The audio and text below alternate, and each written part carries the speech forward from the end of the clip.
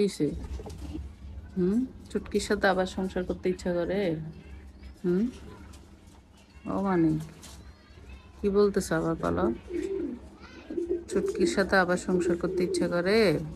হ্যাঁ, কি কি বলতেছে আবার বলো? কি বলতেছ? চুটকিরে চাও তুমি? হুম, চুটকি তো এক জাত, তুমি তো আরেক জাত, কিভাবে হবে? দেখো চুটকি কি লাফালাফি করতেছে ওরে দেখে।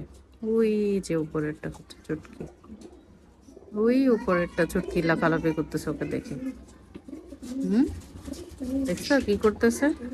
দুজন দুজনকে কত ভালোবাসে। ও তাকাইতেছে ওর দিকে, দেখছো কেমন ভালোবাসা এগুলা? হুম, কি কি বলতেছিলে এতক্ষণ? ও মা রে, ও মা, ও ও, কি ভালোবাসা! হুম, এত ভালোবাসা কোথায় রাখছিলে এতদিন? হুম, কোথায় রাখছিলে এত ভালোবাসা? হুম, কোথায় রাখছিলা? হুম, এই খাবারের আড়তে বসে বসে মন মতো খাবারগুলো সব খাইছো। এত সুখ, এত স্বাধীনতা তোমার। হ্যাঁ, তোমার কত সুখ। কেউ বের হয় না খাবার খাওয়ার জন্য। তোমার দরজাটা বন্ধ করা যায় না, সারাক্ষণ তোমার দরজা খোলা রাখি। ওই যে চলে গেছে ওনার কাছে উড়াল দিয়ে, ওনার কাছে উড়াল দিয়ে চলে গেছে।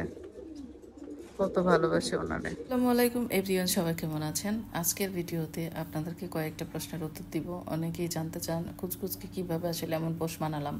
এই প্রশ্নটা আসলে বহু বছর আগে থেকে অনেকেই করে থাকে, তো এই বিষয়ে আসলে আমি মনে হয় প্রশ্নের কিছু উত্তর দিয়েছিলাম।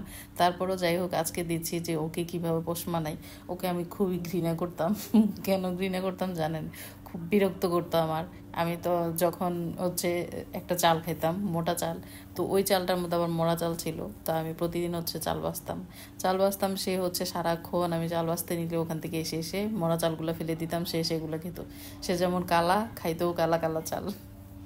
এক পর্যায়ে সে এরকম কালো চাল খাইতো, তা আমার কাছে খুব মায়া লাগতো। ও অন্যান্য ধান গম বিভিন্ন রকমের সব কিছুই ছিল, কিছুই খাইতো না, ওই চালগুলোই খাইতো। তো বাইরে যখন ও যাইতো, তো আবার রিটার্ন চলে আসতো। মানে ও মানে 10 মিনিটের মধ্যে কয়েকবার যে বাইরে যাইতো আসতো হিসাব নাই। তো ও আমাকে অনেক বেশি ভালোবাসতো। এটার কারণ হচ্ছে সে ছোট থেকেই আমি হচ্ছে ওকে হ্যান্ড ফিড করি, আমি হাতে রাখি। তারপর হচ্ছে সে যখন বাইরে যায় আমি হাত দিলে আমার হাতে উড়ে তারপরে আসে। এইগুলো করতে করতে সে আসলে আমার প্রতি একটা পোষ হয়ে জায়গা। আর আমিও তার, সে যখন আমাকে এরকম মায়া লাগে তখন তাকে আমি আরও অনেক বেশি আদর যত্ন করি। যে এইরকম করতে করতে আসলে ও বেশি মানে ইয়ে হয়ে গেছে, আমার প্রতি ভরসা হয়ে গেছে। ঠিক ওর বাচ্চারাও ঠিক সেম একই রকম। এখন আর কি করার, যাকে ঘৃণা করতাম সে এখন আমার পিসি ছাড়তেছে না। যাক, আল্লাহ যেন ওকে বাঁচায় রাখে, সুস্থ সবল রাখে, এটি আল্লাহর কাছে চাওয়া।